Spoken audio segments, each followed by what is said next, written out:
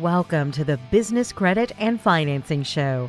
Each week, we talk about the growth strategies that matter most to entrepreneurs. Listen in as we discuss the secrets to getting credit and money to start and grow your business. And enjoy as we talk with seasoned business owners, coaches, and industry leaders on a variety of topics from advertising and marketing to the nuts and bolts of running a highly successful business. And now, to introduce the host of our show, financial expert and award-winning author, Ty Crandall. Hey everybody, welcome to the show today. I'm really excited you could join us today. We have a really cool guest with us on, and this is somebody that's in my local area here in Tampa Bay. As a matter of fact, he works and I think resides less than 30 minutes from both my office and my home, so I'm really excited to invite him on. So with us today is Tyler Sheff. Now, Tyler's actually the founder of Cashflow Guys and is a licensed real estate problem solver, educator, investor, and syndicator. Now, Tyler's been involved in real estate for over 16 years now and maintains a 100% focus on investing for cash flow and helping others do the same. So as a master facilitator of Robert Kiyosakis Cashflow 101 game, Tyler hosts workshops to teach the busy people how to use what they have to obtain what they need in order to build passive income and escape the rat race. Tyler, thanks for joining us today. Thank you. Thanks for having me. Yeah, man, I'm really glad you could be here. So you've been in real estate since like 2000 or early 2000, right? Feels like the beginning of time, Ty. Well, a lot's changed in that time, in all fairness. That it has. Back then, I think the MLS was a fax machine. Yeah, that's probably true. But you've got to see it. I mean, is it pretty amazing and shocking for you to kind of see what's developed over the last 17 years? Yeah, I see a lot of people just simply terrorizing themselves financially, and I just shake my head. It's like, it's so easy to make money in real estate. It's ridiculous. Just stop overeating. Well, I think that people are like that in most things. I think that you've got people that take action and then people that just want to learn about taking action, right? And it seems like they never take that actual plunge. Absolutely. So what got you started into real estate? For me, the first go around, like everybody else, I wanted to get rich quick. I was younger then, and I didn't really want to put in the effort to have to punch a clock for 40 hours for the rest of my life and retire on less money. So I thought I was going to flip houses and get rich overnight. Which for me, it worked out quite well. I made a lot of money flipping houses, I'll be honest with you. But Uncle Sam, well, I got my own parking spot at the IRS. They really like successful home flippers. Yeah, I can imagine. So that's how I got started. And then, of course, I had to realize I had a come to Jesus moment, so to speak. Very large tax bill and changed my entire strategy. So what made you make the plunge from real estate investor to real estate agent? Well, actually, I started as an agent, and I was raised, my mom's been a realtor for most of her working life, and I saw that side of the coin where you look at the pretty curtains, that type of thing, and I thought, why are some people investing, actually keeping these things forever, and other people are selling them every year? I must be doing something wrong. So for me, I wanted more steady money, and I didn't see being a realtor was the solution. It was, feast or famine. I didn't really like that piece of it, so that's why I got pretty heavily invested in flipping real estate for a while. So what do you do now? Do you do fix and flip? Do you buy and hold? Do you still do a lot with real estate? You teach? Kind of what kind of things are you into now? Now what we do is, I invest in two markets, but I'm primarily a multifamily investor. So my first focus is I buy multifamily assets for my wife and I. We work as syndicators, which means we go out and find great opportunities. We help construct great deals. I've got the teams. I've got contractors and attorneys and accountants and all these people, and I work with private investors that want to put their money to work in real estate. So I assemble a group of investors, and we do what they call a syndication. So we'll raise money from private capital, from private people, retirement accounts, things like that. And we will help them and help ourselves at the same time invest in cash flowing assets for long-term wealth. That is my primary function. Secondary, of course, I'm a realtor in cases where, a guy just doesn't necessarily want to have a partner in deal. He wants to buy an apartment building or something like that for a long-term investment. That is our niche here in the Tampa Bay area. That's what we really focus on here and in Memphis, Tennessee. So really, you're just an all-around facilitator. Anything involved with helping people get into this game and prosper in the game, you're there to help assist. Yes, I'm not a believer in retiring on Social Security. I'm a believer in showing you how to avoid Social Security. Well, one of the things you say that I think is interesting is how, you help people find wealth by finding problems, not just properties. What do you mean by that? Well, the average person, they go on the MLS or they look on Craigslist or Zillow and they see what's for sale and they think, oh, well, if it's a house, it's obviously a good investment. I must buy it. And nothing could be farther from the truth. You make your money when you buy, Ty, not when you sell. And that's the biggest misconception people don't realize is you make your money at the time of the purchase. So in order to get a great deal, you've got to buy problems. You got to buy what other people don't want. And you have to be able to solve that problem. When you can solve another person's problem in any sort of a buy-sell transaction, you're going to come out much better than if they don't have any motivation to sell.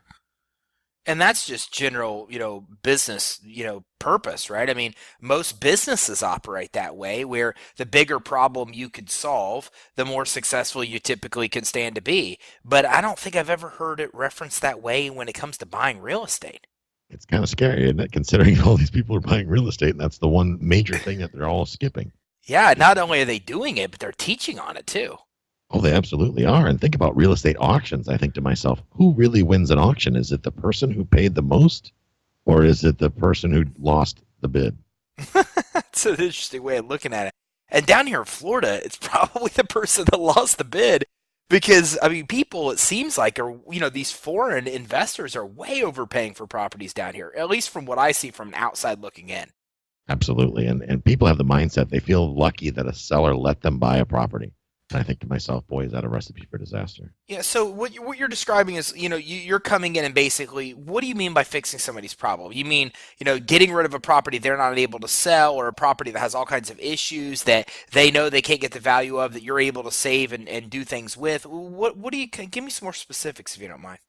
Let me give you one that's going to throw you for a curveball. I had a doctor call me from, I believe it was Dallas, Texas, and she listens to my show, my podcast, Cash Flow Guys podcast, and she said, Tyler, she goes, last year I paid $300,000 in tax. And I went, oh my goodness, I'm not sure I can even count that high. And I said, well, and she says, I want to invest in real estate because I heard that's going to eliminate my tax bill. I said, well, it can, but first you got to change how you earn your money. So the first way I solved her problem, instead of raising capital from her being self-serving and just saying, oh, well, let's buy a bunch of apartment buildings and everything will be fine. The reality of it is her income is too high for that loose of a plan to work. She needs to go to the next level. That is not what I do. So I instead introduce her to one of my CPAs that will help her design a tax plan. Because we can't go back in time and fix what's already happened. We can only focus on the future. So we'll help them get with a good tax professional that understands how to help these people mitigate their tax liability, number one. The benefit for me is that leaves them with a lot more capital at the end of the day. That doctor's she's making, 7-figure salary. She's paying 30% of that out in taxes. She's paying more in taxes than most of us make for a living. Sure. So when we can recapture that $300,000, now that's money she's just not used to having. She then, in turn, at some point down the road, invest that with us. We go out and buy some multifamily assets and hold on to them for the long term. So it's truly a win-win, and it all started with solving a very uncommon problem. Yeah, and it really cost her no money. No, not at all. It saved her money. Yeah, I mean, you're basically taking lost money and, finding it and then putting it to work in a place where people can get, I imagine, pretty good rates of return. Oh, yes, absolutely.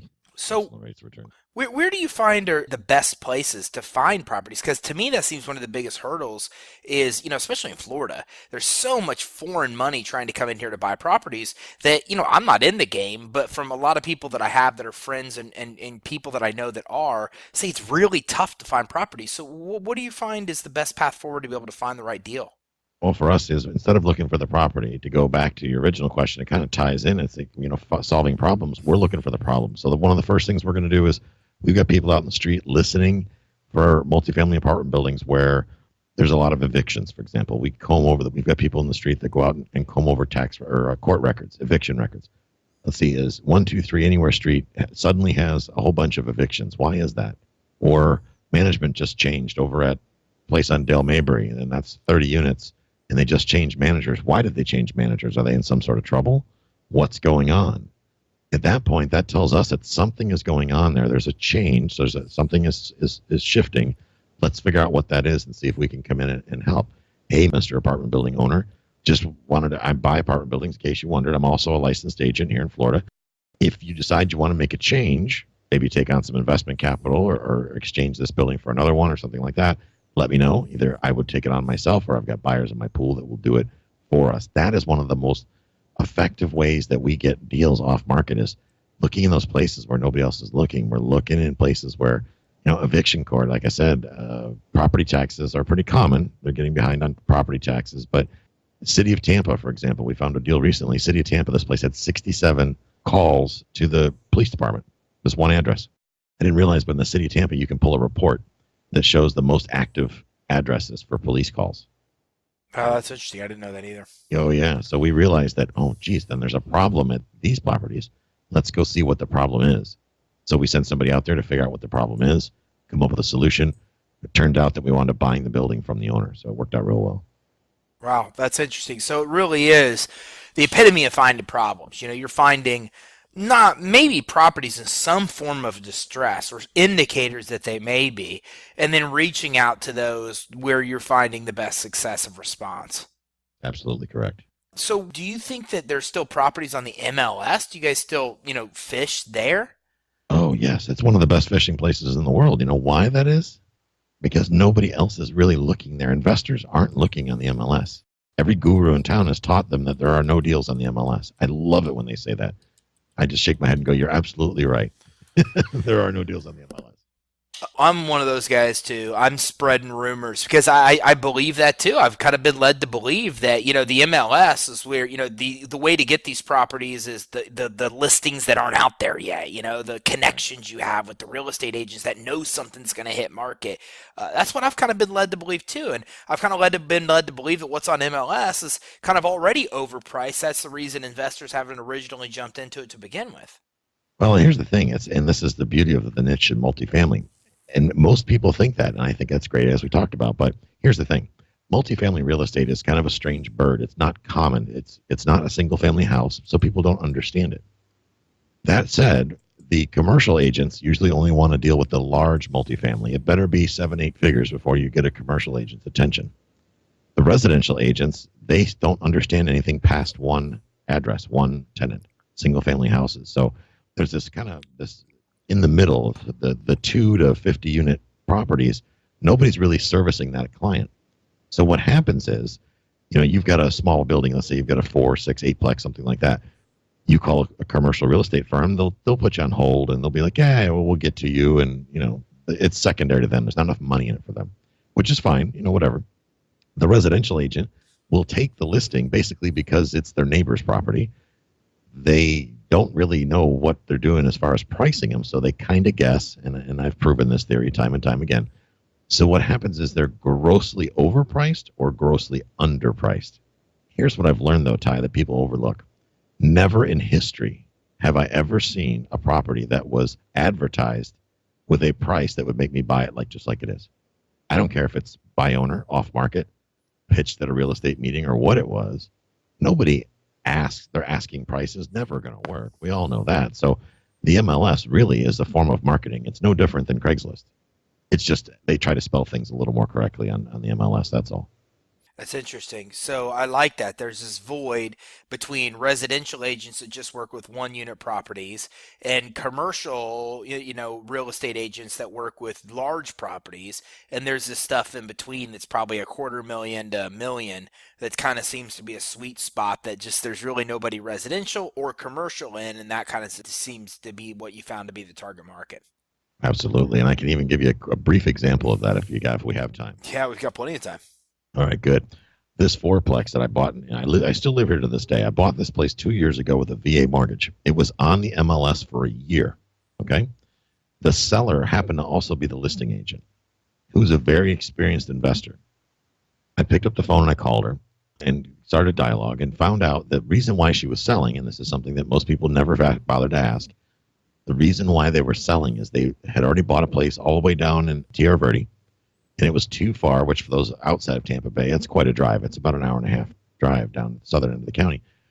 And it was too far for them to drive to manage it. So the management element of it slipped, and they didn't feel that they could get enough rent for the place to hire a manager and make it profitable. That said, I was able to negotiate that deal. I got a pretty good deal on it. I bought it using a VA mortgage, none of my own money. On the first day after closing, I was cash flowing $900 without making any changes. Wow. Simply by restructuring how the whole thing was set up. About a month later, I renovated the property. A couple months later, I should say. I'm lying. About 2 months later, we renovated the property, landscaping, made it nice, raised the rents, took the profit that first year to $1,800 a month clear. That's after paying all the bills, $1,800 a month net profit. Fast forward to today, we now have 2 of the other 4 units are short-term rentals. My wife and I live in the other, and we still make $5,000 a month net. Wow. So you basically you live there free, and you get the $5,000 a month. Yes, and we just had it appraised. Now remember, we paid $220 for this property. It just appraised at $429,000. Wow. How long have you owned it for? 2 years. Wow. Because we've improved the value by increasing the revenue, the income it generates, you see. So we simply just did a VA refinance. We're just pulling $120,000 out of the property to go ahead and buy more property. Wow. Now, you'd mentioned earlier that, you noticed people that were holding properties versus flipping. So where do you find most of the profit then comes from in real estate investing? Is it what you're saying, rehabbing the property and then having a property that's worth a couple hundred more than what you paid? Is it the positive cash flow of getting rent? Is it both? I mean, where do you see the majority of profits come from? It's a combination, really. I mean, in the multifamily space, it's very easy to increase value by simply increasing rents. In other words, on a single family house, they're always going to use comparable sales to determine what value is. They're going to look at what Johnny down the street sold his house for. That's what they use. When you get into the commercial assets, the larger buildings, they're going to start looking at the income. Okay, they're going to use the income method to determine what the true value of the property is. That said, here's a perfect example. The comparable sales method for this place was $380,000. Okay, so 380 was the appraised value. But the income method came in at $429,000 because the banks will the appraisers will reward you for doing a good job of maintaining profitability. Wow, that's interesting. That's a huge profit center. Now, also keep in mind that every time you borrow money from an asset, it becomes a tax-free payday because it's borrowed money. And I don't have to pay it back because the asset pays it back for me. That's interesting. So you avoid unnecessary taxes. Absolutely. So how do you know which one to go with? I mean, when you're looking at a property, how do you determine whether to fix and flip, buy, and hold? It comes down to the area, number one. For me, for a hold, it needs to be in a great area, place where people want to live. Okay, so I'm going to list all the expenses. I'm going to list the income on one side, the expenses on the other, and figure out, I use a quick test method, I call it the 1.5 rule, to determine where we are as far as profitability. That's going to tell me, am I going to keep this or am I just going to assign this contract to somebody else? For me, the gross monthly rent divided by 1.5% is the most I will pay for a property. Whatever that result works out to be, that's the most I will pay for a property all in. So I know people are going to miss that. So it's gross monthly rent divided by 1.5%. Don't forget the percent part. Interesting. That's called the hurdle rate. And that's basically kind of helps me understand the ratio between the income it generates and the cost of the property. So I can use that as a ruling guide to decide what is a go, no go. Now, as a landlord, what kind of things are you doing or can you do as a landlord to maximize profits? Well, offering storage. I used to drive by storage units and because I was a customer. And then lately in years, and I started teaching other people to invest, I looked into storage as an option. And I thought, wait a minute. That's a profit center. And I can do that. I happen to own multifamily buildings, and we've got lots of extra dirt sitting around here doing nothing. So I would go buy a storage building, one of those brand new prefab ones for, let's say, I don't know, $2,000, right? They deliver it, they set it up. I cordon it off into 4 or 5 spaces, and now I can rent those spaces for $50 to $75 a month to the tenants that live at the same place, same property. Which is really smart because that's less than they're going to pay at a storage unit, and they don't have to drive anywhere to get what they need. Exactly. So essentially, the first year, I show a profit on that investment. And after that, it's pure profit coming in every month. And does anybody really ever get rid of their storage? No, it's just no. I mean, it's just ongoing. As long as they probably pay you rent, as long as they'll pay the storage fee. Exactly. Wow. And what about best places to get capital? Because it sounds like you've mentioned already some interesting things with 401k, for example. So what do you do? I mean, how do you help people get the money to invest? Because beyond finding the property, it seems like that's the next hurdle that people face. It's the biggest hurdle, I can tell you that. Now, the easiest path, if you're very hyper-targeted on your marketing, is to use seller equity. In other words, to get the sellers on board with taking payments for their equity. That is, in my opinion, the easiest way to do it. That said, there are a lot of people that have debt on their property, so when that's the case, that plan won't necessarily work. Second one would be obviously going to a bank, but I'm sure you teach business credit. I'm sure you could go on for days on what a challenge that can be, especially if you don't have any guidance. So the next step would be the IRAs, the IRA people. But now I'm starting to see, and I was looking before we were researching, before we were doing this episode, companies like yours that help people build business credit. That's huge. I mean, that's a total game changer. You take somebody that signs up for your program and builds their business credit and turns that into a portfolio of real estate. You want to talk about people building wealth exponentially. Wow. Yeah, and we see that, real estate investors and agents, both, those two industries are two of the most popular of the five top industries that we serve. And as you know, and you reference, because it's pretty tough to get money for real estate investing, it's considered high risk, but so is all financial services. It doesn't matter if you're an insurance agent or a mortgage broker, it's all considered to be high risk. So you really rely also, it sounds like, on these IRAs. I mean, do you guys do financing using stocks, bonds, 401k, IRA? Kind of what's your strategy with those kind of products? What we do is we talk to those folks and help them discover what's best for them. Now, by no means are we certified financial planners. We're not stockbrokers, none of that, but we will talk to these folks and help them get a clear picture of where they are and what their understanding level is. And in most cases, we wind up introducing them to an IRA company in our local market. We've got a couple different companies we've worked with where we will kind of make the introductions and let them get educated by the pros. We're not pros in retirement accounts. We don't claim to be, but we'll introduce them to the IRA companies. The IRA companies will educate them on the possibilities, what they can do based on their current situation. We introduce them to a tax professional to help them with that part of the game. And then they naturally wind up coming back to us once they've got a plan in place and they've figured out from the pros where their finances need to be. Then they come back with us, and we will help place them into a property, whether it be with us or we just do it for them. Yeah, and we've seen a lot of success with that as well. I mean, I don't know if you work the same kind of programs we do on the business side, but we deal with securities-based financing at 401k. They're great programs. I mean, we have people that are turned down at their bank for $25,000, and then they're able to tap into a $750,000 401k to get the money they need, and the rates are good too. I mean, they're able to get it like 5% or less in a lot of cases with those kind of programs. Absolutely. So that's a really smart way to go. What you mentioned earlier, groups. Do you find it's beneficial to tap in local real estate investing groups? I believe it is. The real estate meetings can be a challenge all in themselves. It seems like, at least in our market, I don't know if you realize, but everybody's got a real estate meeting in Tampa Bay. I think there's like 20 of them, some good, some bad. But the key to this business is having the ability to reach out to other people, because I don't believe that it's possible to build wealth all by yourself. I know I can't do it by myself. Been trying for 18 years, and I started accomplishing what I needed by leveraging the resources of other people.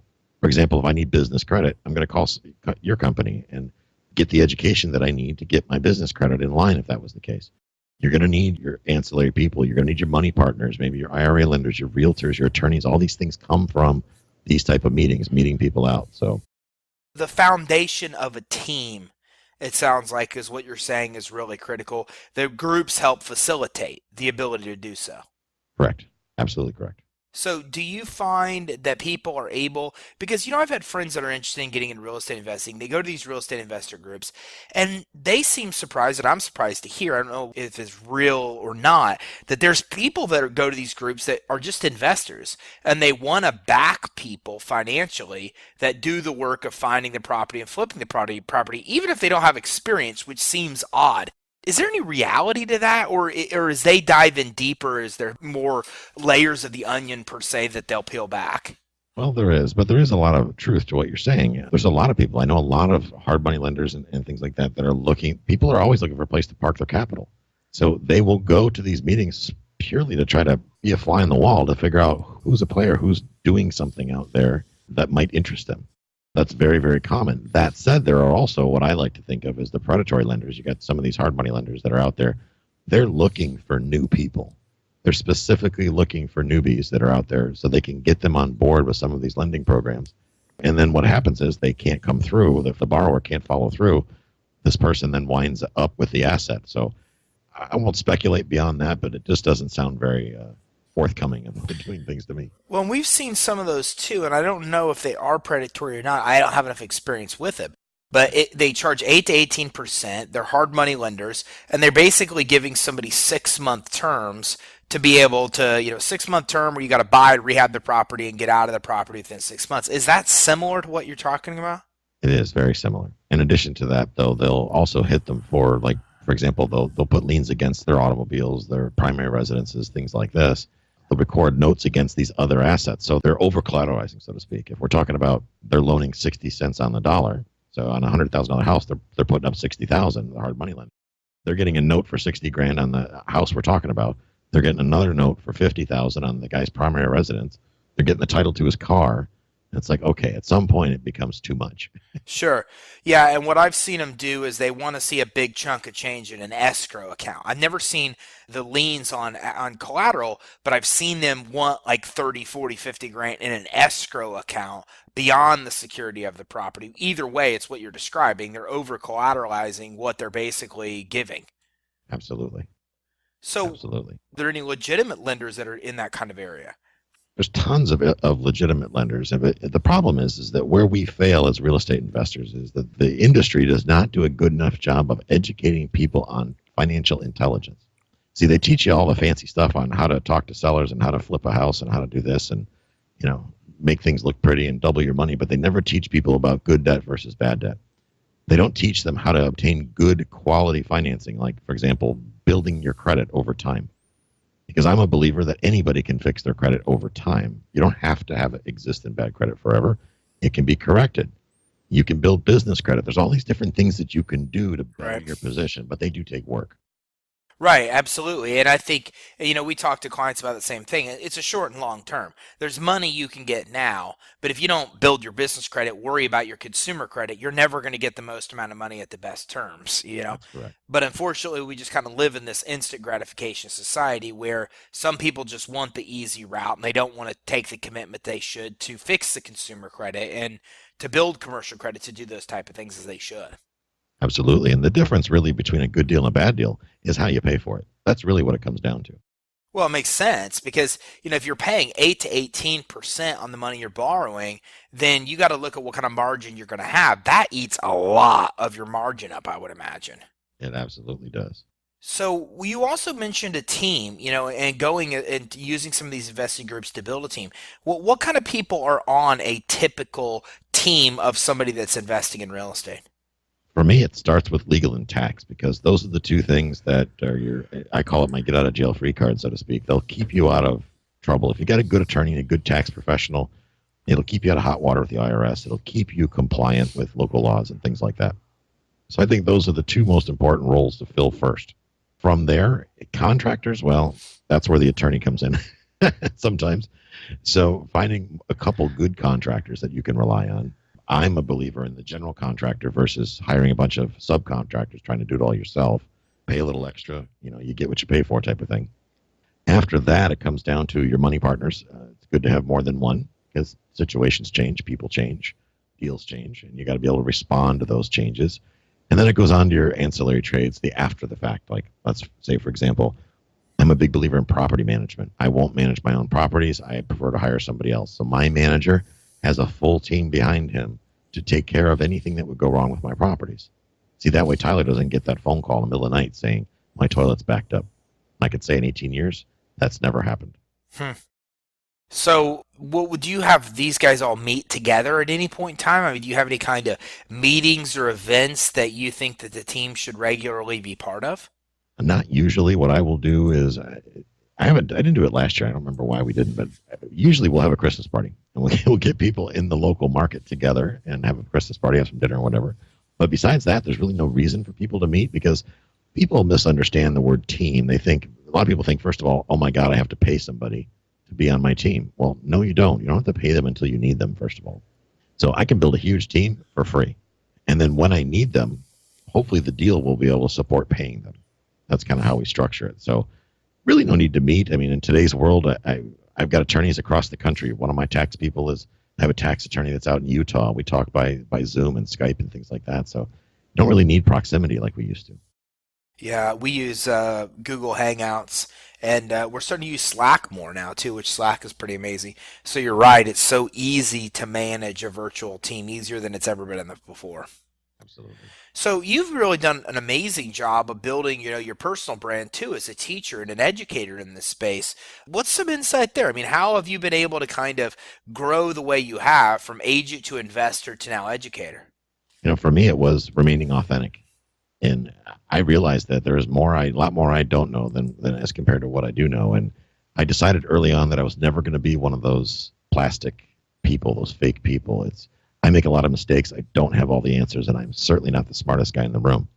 But I will take the time and the effort to find out what the answers are. And I think that people flock to me because I'm me. I'm the same guy I am right here.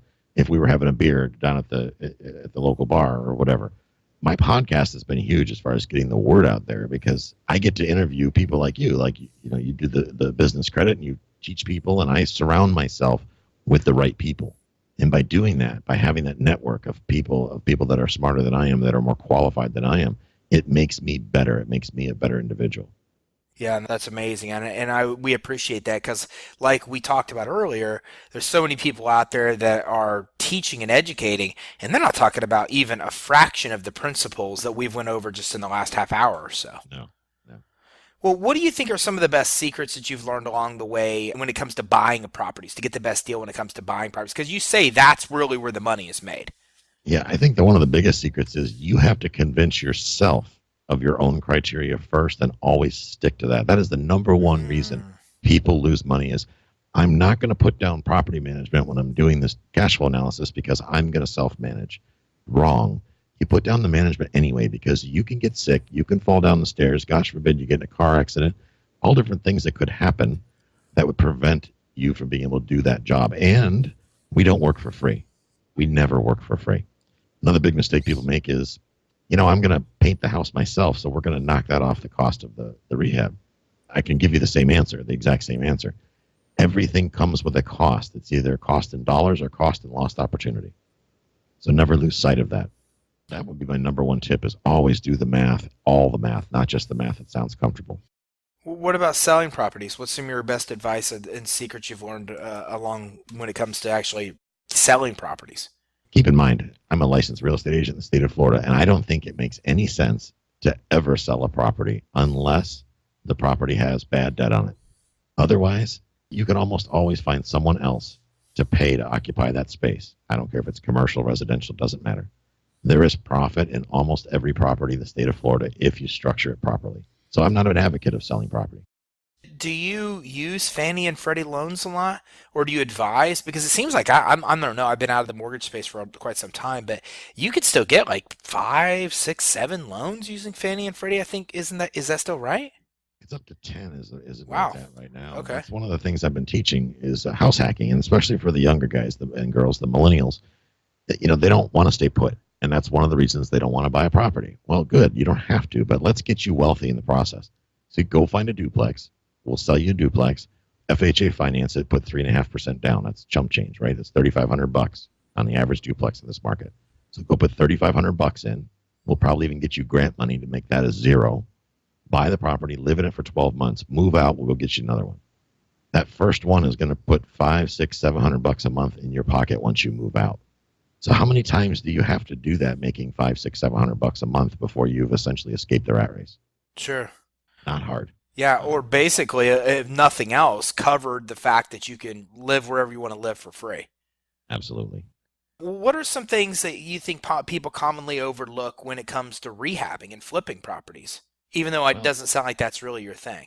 every property, in my opinion, is going to need rehab to some degree when you buy it because whatever the person did before you probably isn't going to work. So get a licensed general contractor then to do your inspections. And a lot of people are going to say, well, that's a challenge. You're right, it is a challenge. But we're going to do this right starting out so we don't have to be a statistic later. So if you have to spend a couple $100 to motivate a contractor to get out there and do an inspection, do so. I've done it where I have the inspector or the contractors sign a statement that if they overlook anything, it's on them. They'll get the job, but they better be thorough. So they're looking everywhere. They're looking for everything that could go wrong. So I know my rehab estimates before I ever close on the property. So you don't even really have a home inspector per se go out. You're basically bringing the GC out that's ultimately going to do the work to rehab the property. That's correct. That's really smart. And then again, like you said, if you overlook it, well, then it's on you. But then again, there's a lot of things they can't see, like, damage under the floorboards of a house or something, which we don't obviously deal a lot of with in Florida. But, things like that, termite damage. I mean, there's just things they possibly can't even see until they get in, I would think. True, but a good licensed general contractor will build in a oops money for that. They'll build in a lot of that, and there are ways that they can check that. If they're thorough, they're checking behind the receptacles, they're checking following the plumbing pipes, using scopes, things like that. A good thorough inspection will unclose probably or disclose probably 95% of what could go wrong. Sure. Now, obviously, if it's on a sinkhole, I'm not going to blame the GC for that. Right, yeah. I mean, that is a more practical problem that we could see down here. Right. But if it's like, if the wall is falling down and the GC missed it, well, then we have a problem. Yeah, I would hope. Yeah. Hopefully it's not something they're going to miss. What are some things that you think people are actually surprised of when they get involved in real estate investing? I think that the number one thing people are surprised about is how much profit is in buy and hold. Everybody thinks the profit is in fixing and flipping, the rehabbing, and nothing could be farther from the truth. The most profit is made in the buying and holding. 100x more money can be made by simply buying and holding a property versus a fix and flip. And they're also shocked that when they buy and hold property, their taxes go down. Suddenly they've got more paycheck at the end of the week. It's mind-blowing to people, especially when they get their first year. Like for us, we never got a tax refund in our lives, my wife and I. We've always been high-income earners. And then suddenly, our first year back doing buy and hold real estate, I got an $8,000 tax refund. I went, how'd that happen? Yeah. My wife always asks me that at tax time. She goes, why does everybody else get money back and we don't? I'm like, it's because we don't pay nearly as much in as everybody else pays in. It's kind of the way it works. So as we get ready to wrap up, I mean, what's your kind of best overall general advice for people that are thinking about getting into real estate investing, but have reservations, don't know where to start, etc.? Well, first of all, listen to my podcast because I pretty much spell it all out for free in my podcast, step-by-step tutorial on how to get financially free in real estate. It's right on my show. Second, start now. Don't wait to save the money. Start now. There is no bad time to buy real estate. There's only a bad time to do a deal when the numbers don't work. Tyler, where can people go to learn more? Where can people go if they want to work with you, they want to get more information, they want to get on your list to get ongoing information? Where's the best place to send them to? The best place to reach me is via my website, and that's cashflowguys.com, cashflowguys.com. My podcast is on there. I've got tutorial videos, forms. I got some free courses. How to analyze a deal is what we got on there right now. It's absolutely free. Head on over there and get started. So everybody, I'm going to put cashflowguys.com as a link in the resources page. I'm going to put a link to Tyler's podcast there as well. And, some other social links. His Twitter, his LinkedIn, his Facebook, his Google+. I'll put all those on the show resources page too, so you can get in touch. Tyler, man, this has really been eye-opening. I really appreciate you carving out the time to talk with us today. No problem, Ty. Thanks for having me. All right, and thanks everybody very much for listening. There's a lot of money to be made in real estate. I could tell you from somebody that lives in Florida that sees these values just climb at astronomical rates and at an astronomical pace. There's a lot of money to be made if you're doing it the right way. If you're not doing it the right way, you can possibly lose well more than you could make. So you want to follow the guidance of people that really know what they're doing. So make sure that you go right now and visit cashflowguys.com. Take a look at some of their free resources. Make sure that you get this podcast for Cashflow Guys podcast. I'll put links to those on the resources page so you can start diving in and start learning the things you need to learn to invest in real estate the right way. So again, thank you all very much for tuning in today. Make sure you visit cashflowguys.com for more information. Thanks everybody. Have a great day. You've been listening to the Business Credit and Financing Show with your host, Ty Crandall. Watch for our next episode to get even more insight on financing and growing your business. And don't forget to check us out online at creditsuite.com for even more business growth strategies.